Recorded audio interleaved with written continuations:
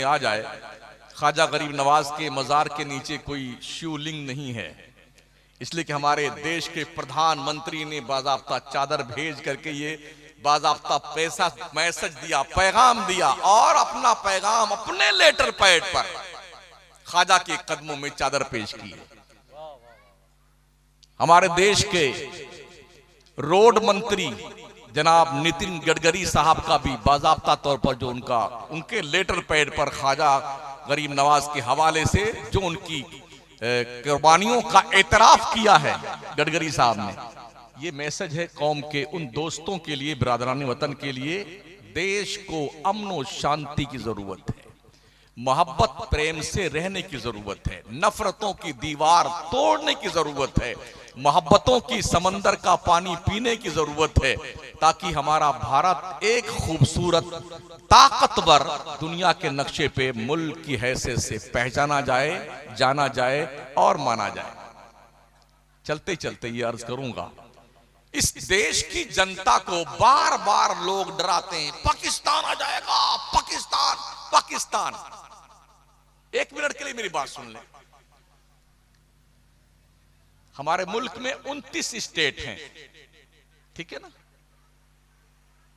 सिर्फ उत्तर प्रदेश की जो पॉपुलेशन है तकरीबन 23.5 करोड़, इसके बराबर पाकिस्तान की पूरी आबादी भी नहीं है। 137 करोड़ वाले आबादी वाले मुल्क को सिर्फ 22 करोड़ वाले मुल्क पाकिस्तान से डराया जाना, ये जुनून नहीं तो कौन सी अक्लमंदी है? अगर पूरे भारत का इंसान एक बार फूंक मार दे एक साथ तो पाकिस्तान नक्शे से उड़ जाए। फिर 25 साल हो गए, फिर रिश्ता आया। क्या करता लड़का? जी वो सऊदी कमा, नहीं कितना कमाता है? नहीं ठीक नहीं है। इस तरह से 30-35 साल तक कैरियर बनाने के धुन में लड़कियां 35 साल की उम्र तक पहुंच जाती हैं। अल्लाह अकबर, ठीक है ना? अब रिश्ते आने बनते, 30 के अंदर तक रिश्ते आते हैं। सुन लीजिए, मैं काम की बात करता, मुझे आपके नारों का काम नहीं है। हाँ, मैं प्रैक्टिकली तौर पर जो मुआशरा है जिससे गुजर रहा और जूझ रहा है, मैं उसकी बात कर रहा हूं। उसके बाद अब रिश्ते नहीं आते हैं, अब शादी.com बन गया। अखबारात हम भी पढ़ते हैं, उसमें जो है एडवर्टाइज छपा जाते हैं, वो निकालते हैं जरूरत रिश्ता, ये नाम है लड़की का, इस बिरादरी से है और ये उम्र है, और जी ये तालीम इसकी है, यहां से इसने ग्रेजुएशन किया है, एक खूबसूरत बरसरे रोजगार लड़के की रिश्ते की जरूरत है, जिससे इस नंबर पे राब्ता कायम फरमा ले और जरा कैरियर धुन में कैरियर बना रहे। कितनी बच्चियां ऐसी हैं जो इस जहन्नमी कानून के भेंट चढ़ चुकी हैं, जो मुआशरे ने बनाया। साउथ में जाइए, 45-50 साल की लड़कियों का एक खेप मौजूद है, रिश्ते नहीं आते। 1 किलो सोना देना पड़ता लड़के वालों को सोना दे तब उनकी शादी होगी। ऐसे ऐसे कंगाल हमारे मुआशरे में मौजूद है। सब तहैया कर लो, अपनी बच्चियों की शादियों पे जो पैसा खर्च करते हो, वो पैसा अपने लड़कियों के तालीम पे खर्च करो, ये तालीम ही उसका जहेज बन जाए। ये सोच पैदा करो, सुभान अल्लाह, ये सोच पैदा करो। और ये भी सुन लो माओ बहनों, और जो हमारी बच्चियां बैठी हुई हैं, उनसे भी गुजारिश है, ससुराल को ही अपना घर समझा करो। हमारे जो बुजुर्ग लोग थे वो बहुत दूर शादी करते थे बच्चियों की। जब हमने अपने परदादा से पूछा था इतनी दूर क्यों शादी कर दी फूफी की, बोले इसलिए इतनी दूर शादी किया है बेटा कि अगर कुछ टुन्न पुन्न उधर हो जाए तो कम से कम 15 दिन लग जाए हमारे तक खबर आने में, तब तक मामला ठंडा पड़ जाएगा। और अब किचन में है रोटी बेल रही। अम्मी, अरे भैया को भेजना, मैं नहीं रहूंगी इस घर में। आज तो सासू ने ये कह दिया, आज ससुर ने ये कह दिया। ये लो साहब, काम चालू है। अब अम्मा ने बजाय कुछ सोचने समझने गुड्डू को भेज दिया। हाँ बेटी, जल्दी से सारा सामान तैयार कर ले। लिया, चल अपने घर पे। इसको इसकी औकात बताएंगे। कोर्ट कचहरी में खींच करके माफी ना मंगवाई तो मैं भी अपने असली बाप की नहीं। अब क्या होता है, हम भी चलते रहते हैं, कभी कभी वकीलों से मुलाकात होती है। वो पूछती है, मौलाना क्या करते हैं आप? हम क्या स्पीच देते हैं, तकरीर करने जाते हैं। कहा, क्या अपने कौम की औरतों को आप समझाते नहीं हैं? एक औरत बुर्का पहने हुए एक लड़के को हाथ में उंगली पकड़ाए, एक को गोद में लिए हुए है, सालों साल कचहरी के चक्कर काटती है। क्या गैरत मर गई आपके कौम की? अल्लाह अकबर, अल्लाह अकबर, अल्लाह। हर लड़की जो ससुराल जाती है उसका वही घर है, किसी भी हाल में उसे वही निबाह करना है। ये उस पर डिपेंड है कि ससुराल के नए माहौल में कैसे वो सेटअप करती है अपना, ये उसकी जिम्मेदारी है। सच है। अगर आप मैके आ गई, जब तक अब्बा हुजूर आपके जिंदा हैं और अम्मी जान, तब तक तो घर में आपकी खैरियत है मैके में। और जैसे अब्बा अम्मा मरे ना, तो अब भाभियां आपकी घास नहीं डालेंगी आपको। ए चल इधर से, उठा बोलिया बिस्तर इधर से। और यहां रहना है तो बर्तन मांज, घर में झाड़ू लगाना है, हमारे बच्चों को कपड़ा धुलना है, ये करना वो करना, वरना रोटी नहीं मिलेगी तुम्हें। मैं गलत तो नहीं कह रहा हूं? नहीं, बिल्कुल सच है। क्यों ना हर बेटी अपनी सास को मां का रुतबा दे करके वहां सेट हो जाए, अपने ससुर को बाप का दर्जा दे करके, अजनबी घर और दरो दीवार से उनसियत पैदा कर ले, तो आज ये झगड़े हमारे मुआशरे में ना रहे। जी माशाअल्लाह। और जवानों, तुम भी कान खोल के सुन लो, मामूली मामूली बात पर तलाक तलाक तलाक तलाक इस चक्कर में मत पड़ना। समझ रहे हो? बहुत सारे सवालात हमारे पास भी आते हैं। बोले नहीं हजरत, मैंने यूं नहीं कहा था, मैंने यूं कह दिया। अरे मैंने यूं कह दिया हजरत, गुस्से में कह दिया हजरत। तेरी ऐसी की तैसी, गुस्से में कह दिया। अच्छा, कोई गुस्से में अगर बंदूक चला दे तो गोली निकलती कि नहीं निकलती है? जी निकलती है। चाहे गुस्से में बंदूक चलाओ, चाहे खुशी में चलाओ, गोली निकलेगी नहीं लगेगी? जी निकलेगी। सामने जिस पर निशाने पे लगाए वो मरेगा कि नहीं मरेगा? जरूर मरेगा वो। तो मैंने पूछा, यार कोई एक बंदा मुझे ऐसा बता दो कि आज ही वो अपनी दुल्हन लेके आया हो, पहली रात हो, अपने इस गांव का नाम क्या है? कुनारी बंगला की सबसे बढ़िया मिठाई की दुकान से 1 किलो मिठाई ले वो दूल्हा, अपने बेगम के कमरे में पहली बार प्रवेश करे और बेगम अस्सलाम वालेकुम, ये बहुत बढ़िया मिठाई हमारे कुनारी बंगला की, आप खाइए, आज मैं बहुत खुश हूं, इस खुशी में मैंने तुमको 3 तलाक दिया। ऐसा कोई है? नहीं। आदमी गुस्से में तलाक देता है ना यार। जी। तो बहानेबाजी क्यों? तलाक का मैटर इतना अहम है, जिस दिन आपकी शादी की तैयारी और तारीख शुरू हो ना, उसी दिन से किसी मौलाना साहब के पास, इमाम साहब के पास बैठ करके शादी के मसले सीखिए, मसले। समझ रहे हैं? ताकि तुम्हें पता चले कि बीवी का हक क्या होता है शौहर पर, और शौहर का हक क्या होता है उसकी बीवी पर। ये कुछ सीखता नहीं आदमी, बस हम धूम से रहेंगे और इस तरह जिंदगी गुजरेगी। ऐसी जिंदगियां जहन्नम बन जाती हैं, 2 खानदानों में दरार पैदा हो जाती है। अच्छा, एक बुराई हमारे यूपी में ये भी है, बोले हम लड़का वाले हैं तो हमारा रुतबा बड़ा बुलंद है, ये लड़की वाला ये हमसे नीचा है। ये कहां लिखा हुआ भाई साहब? ये कहां लिखा हुआ कौन सी किताब में कि लड़की वाला छोटा है लड़का वाला बड़ा है? कहीं नहीं है। ये सब फ्रॉड और झूठ है, झूठ। रिश्तों की कदर कीजिए, बड़ों की इज्जत कीजिए, छोटों से प्यार कीजिए, मेरे नबी फरमाते मल्लम यरहम सगीरना वलम युअक्किर कबीरना फलैसा मिन्ना, जो हमारे बड़ों की इज्जत नहीं करता, छोटों से प्यार नहीं करता, वो हमारी सोसाइटी का मेंबर नहीं है। मेरे आका फरमाते अकरीमू करीमा कुल्ला कौमिन, हर मजहब के बड़े का आदर कीजिए, सम्मान कीजिए, इज्जत कीजिए, इससे आपकी इज्जत घटेगी नहीं, अल्लाह आपकी इज्जत में चार चांद लगाएगा। माशाअल्लाह, सुभान अल्लाह, वाह।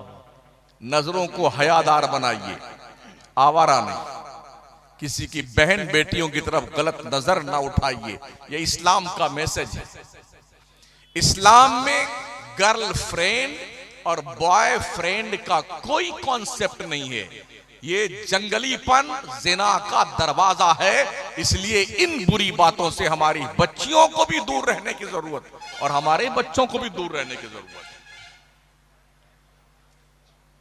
अगर समझ शरीफ के झरोखे से कोई बात दिल तक पहुंचती है तो अमल कर लीजिएगा।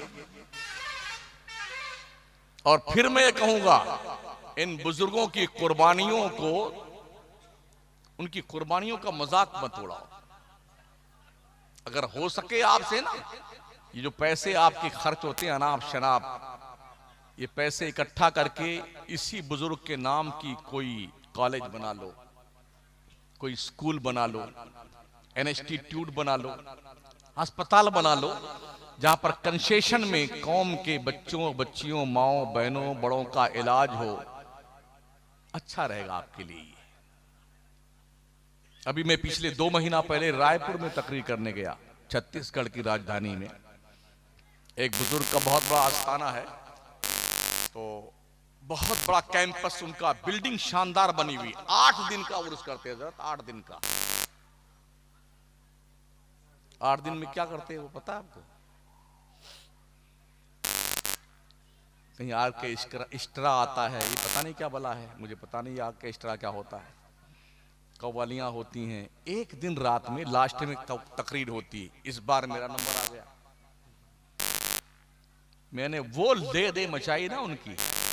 मैंने कहा बुलाना अगली बार, चाहे मत बुलाना, मुझे शौक नहीं चल रहा था तकरीर करने का, मगर जो मैं समझाना चाहता हूं कौम को, जो मैसेज देना है वो मैं दे के जाऊंगा। मेरे पास जन्नत का कोई टिकट नहीं कि जन्नत बांट के जाऊं, चाहे तुम जुम्मा ना पढ़ो और तुम ही जन्नत में जाओगे। मेरे बाप को ही पता नहीं कौन जन्नत में जाएगा कौन नहीं जाएगा, मैं तुम्हें कैसे बता दूं जन्नत में जाओगे? तो बहुत बुरी तरह से उनकी क्लास लगाई मैंने कमेटी वालों की। मैंने कहा इतना बड़ा कैंपस है, क्या मुस्लिम कौम की बच्चियों के लिए इसमें इंग्लिश मीडियम 12वीं क्लास तक स्कूल नहीं खोल सकते हैं आप? उन्होंने कहा हज़रत अगले साल की तारीख फिर आप नोट कीजिए, अगले साल आप आएंगे तो इस कैंपस में बच्चियों का इंग्लिश मीडियम का 12वीं तक स्कूल खुला हुआ मिलेगा।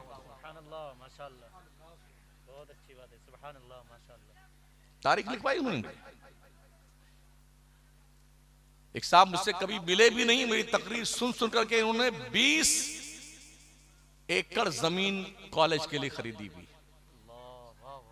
वो मिलने आया हूं कि अभी आपकी तकरीर से प्रेरित होकर के मैंने कॉलेज बनाने का प्लान बनाया है। इस गांव के जिम्मेदारों से मैं गुजारिश करूंगा, प्रधान जी हों या कोई साहब जो सियासी एक्टिविटीज रखने वाले लोग हों, साहिब शऊर हों, अहले सरवत हों, क्या आप ये जिम्मेदारी नहीं महसूस कर सकते हैं?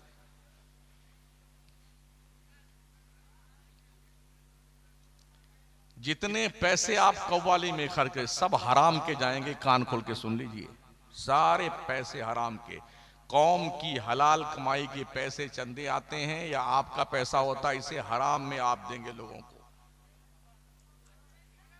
अपनी कौम के बच्चों को पढ़ाइए, बच्चियों को पढ़ाइए, कम से कम 12वीं तक क्लास तक ही आप इंग्लिश मीडियम स्कूल। आज की तारीख में तालीम बहुत बड़ा हथियार है इंसान का। दुनिया से आप ताकत में नहीं जीत सकते हैं, दुनिया के पास ताकत बहुत है, आपके पास नहीं। दौलत में नहीं जीत सकते हैं, दुनिया के पास इतनी दौलत है, एक एक रात में पूरा का पूरा स्टेट की हुकूमत खरीद ली जाती है।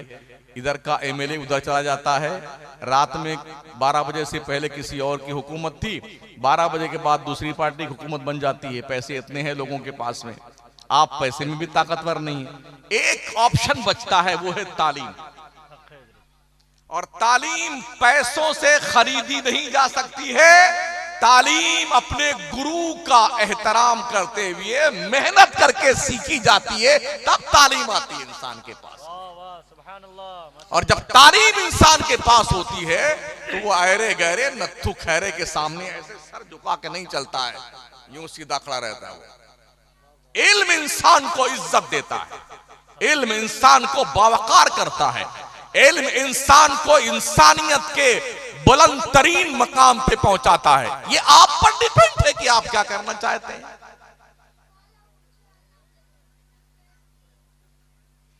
आखिरी बात,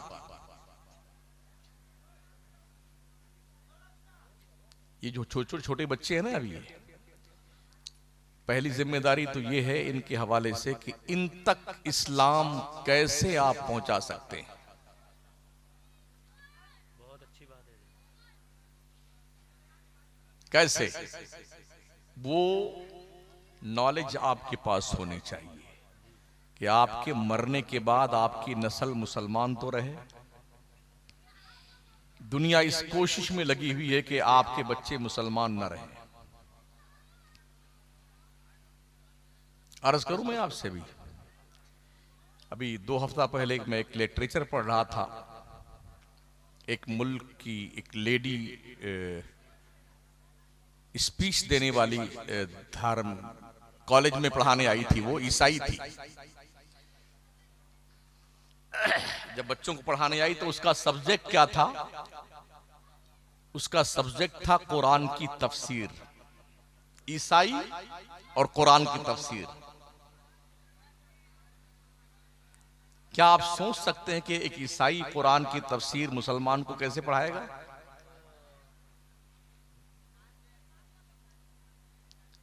उसने क्लास में प्रवेश करते ही कहा कि बच्चों, मैं ईसाई हूं, कट्टर ईसाई, इस्लाम की दुश्मन हूं। ये मेरा पेशा है। मैं तुम्हें कुरान की तफसीर पढ़ाने आई, ये मेरा पेशा है। क्या आपके बच्चे को एक ईसाई लेडी जो इस्लाम की दुश्मन है, वो आपके बच्चे को कुरान पढ़ाएगी? उस बच्चे को कुरानी आयात के ताल्लुक से कंफ्यूज करेगी। ये गलत है, वो गलत है। और बच्चों के दिल दिमाग पर जो बात बिठा दी जाती है वो मरते दम तक खत्म नहीं होती है। अभी लेटेस्ट 2 महीना पहले एक वीडियो देखी मैंने, इसका असर देखिए। अगर आपके बच्चों को पढ़ाने वाले मुसलमान नहीं हैं, कोई और हैं, तो उसका असर ये देखा गया। कुछ यूनिवर्सिटी के बच्चे मिस्र के म्यूजियम में गए थे। फिरौन की डेड बॉडी के सामने खड़े होकर वो फातिहा मुसलमान के बच्चे पढ़ रहे थे। आपके बच्चों को यह तक नहीं पता है कि फातिहा किसके लिए पढ़ी जाती है।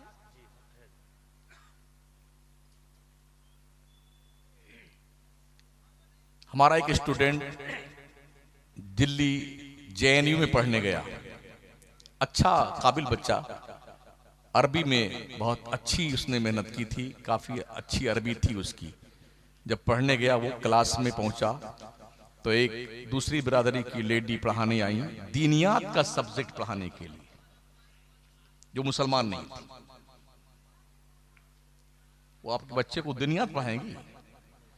तो हमारे उस स्टूडेंट ने कहा कि हजरत, उसने 35 मिनट अरबी में स्पीच दिया, जबकि मैं अरबी का स्टूडेंट था, बावजूद इसके उसकी स्पीच मेरे बाउंसर चली गई। ये वो दिल का दर्द है जो मैं आपके सामने रख रहा हूं।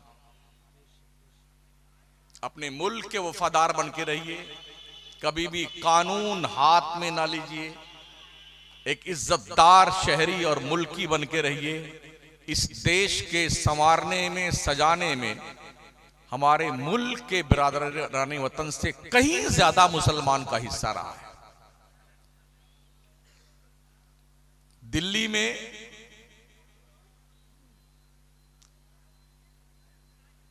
जहां पर नाम लिखा है वीर जवानों का, 83,000 लोगों के वहां पर लिखे 83,000 लोगों ने बलिदान दिया है देश की आजादी में। हालांकि बहुत असहाय लोग होंगे। फिर उसमें नीचे लिखा हुआ 83,000 में से 63,000 सिर्फ ओनली मुस्लिम पॉपुलेशन की कुर्बानियां हैं। बकिया में सब हैं। दिल्ली की सरहद से लेके लाहौर तक शेर शाह सूरी रोड पर दोनों तरफ पेड़ों पर तकरीबन 57,000 उलमाए अहले सुन्नत को सूली पे अंग्रेजों ने लटकाया था, क्योंकि उन्होंने हिंदुस्तान जैसे मुल्क में अंग्रेजों के खिलाफ जिहाद का फतवा भी दिया था और जिहाद भी किया था। ये हमारी कुर्बानियां हैं। शायद देशवासियों को ये समझ में आ जाए, ख्वाजा गरीब नवाज के मजार के नीचे कोई शिवलिंग नहीं है, इसलिए कि हमारे देश के प्रधानमंत्री ने बाज़ाब्ता चादर भेज करके ये बाज़ाब्ता पैसा मैसेज दिया, पैगाम दिया, और अपना पैगाम अपने लेटर पैड पर ख्वाजा के कदमों में चादर पेश की है। हमारे देश के रोड मंत्री जनाब नितिन गडकरी साहब का भी बाज़ाब्ता तौर पर जो उनके लेटर पैड पर ख्वाजा गरीब नवाज के हवाले से जो उनकी कुर्बानियों का एतराफ किया है गडकरी साहब ने, ये मैसेज है कौम के उन दोस्तों के लिए, बिरादरान वतन के लिए। देश को अमन और शांति की जरूरत है, मोहब्बत प्रेम से रहने की जरूरत है, नफरतों की दीवार तोड़ने की जरूरत है, मोहब्बतों की समंदर का पानी पीने की जरूरत है, ताकि हमारा भारत एक खूबसूरत ताकतवर दुनिया के नक्शे पे मुल्क की हैसियत से पहचाना जाए, जाना जाए और माना जाए। चलते चलते ये अर्ज करूंगा, इस देश की जनता को बार बार लोग डराते हैं, पाकिस्तान आ जाएगा, पाकिस्तान पाकिस्तान। एक मिनट के लिए मेरी बात सुन लें। हमारे मुल्क में 29 स्टेट हैं, ठीक है ना। सिर्फ उत्तर प्रदेश की जो पॉपुलेशन है तकरीबन 23.5 करोड़, इसके बराबर पाकिस्तान की पूरी आबादी भी नहीं है।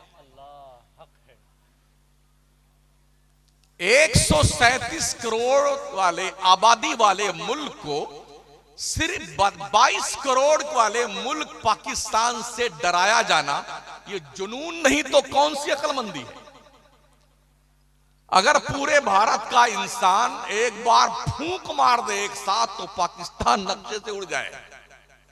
उस पाकिस्तान, पाकिस्तान पाकिस्तान बांग्लादेश, अजीब है। मुझे ताज्जुब होता है यार, हो क्या गया देश के इन सियासी बाजीगरों को कि मुल्क के अंदर इस तरह से जो है वावेला मचा रहे हैं कि पाकिस्तान आ जाएगा, पाकिस्तान आ जाएगा। कोई हैसियत पाकिस्तान के हमारे मुल्क के सामने नहीं है और ना बांग्लादेश की है। बस शर्त यह है हमारे दिमाग के कीड़े निकलने चाहिए।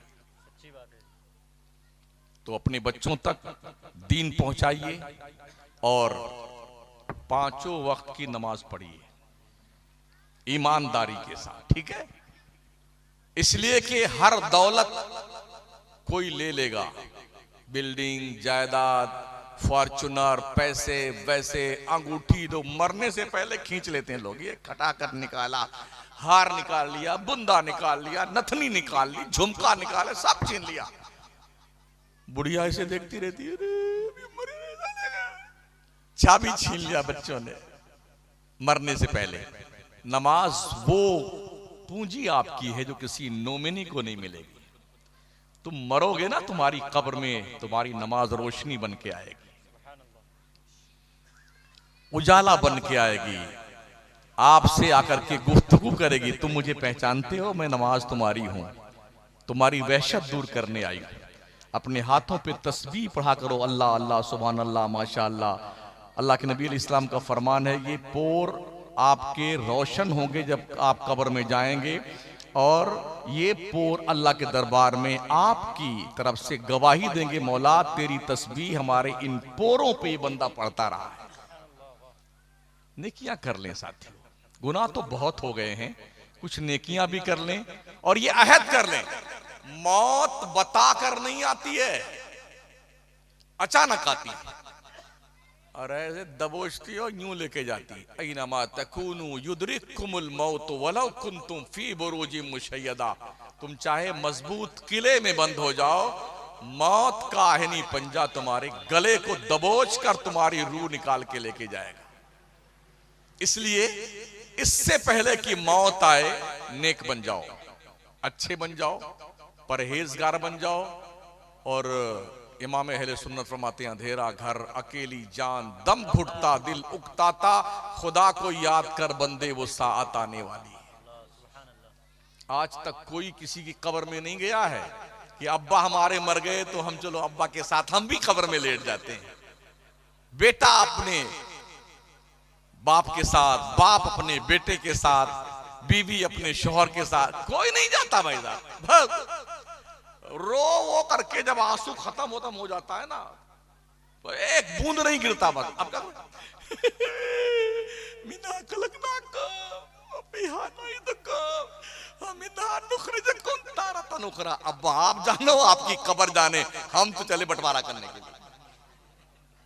हाँ, ऐसे भी हमने वीडियोस देखे हैं, अभी दफनाया नहीं गया बाप को, वही लठियां चल गई कब्रस्तान में, दे पटकी पटका भाइयों में।